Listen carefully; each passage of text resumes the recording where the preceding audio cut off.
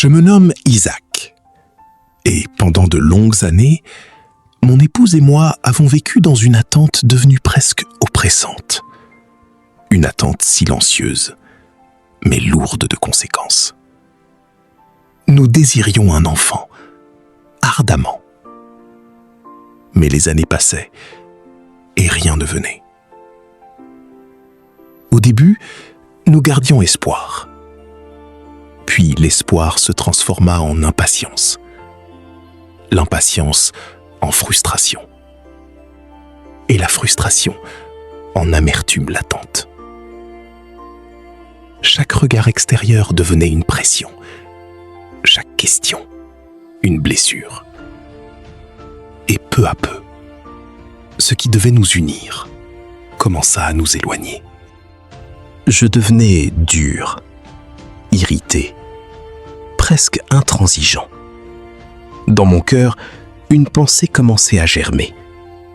Et si tout cela venait d'elle? Une pensée injuste, mais persistante. Et avec le temps, elle devint une conviction déformée. Je cessais de voir mon épouse comme une compagne, et je la percevais comme une cause de manque, une cause de frustration. Et un jour, dans un moment de lucidité troublante, j'envisageais l'inconcevable. La quitter. Briser ce que Dieu avait uni, par simple incapacité à patienter. Ce jour-là, j'étais prêt à prendre une décision qui aurait été irréparable. Mais quelque chose m'arrêta. Un poids intérieur, une voix silencieuse, mais ferme.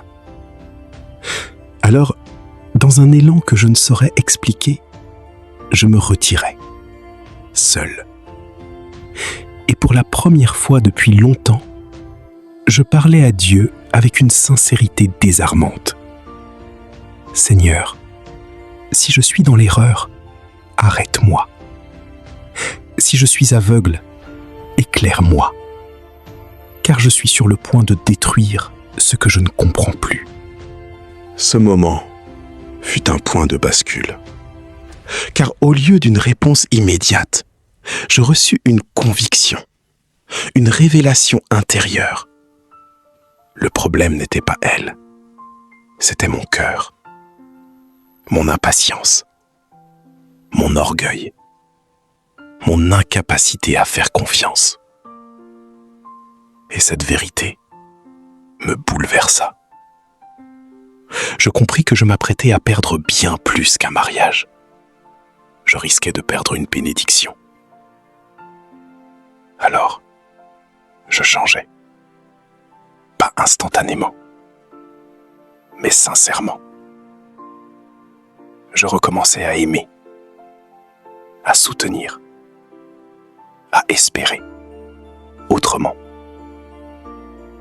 Nous avons prié, ensemble, avec une foi plus humble, mais plus profonde.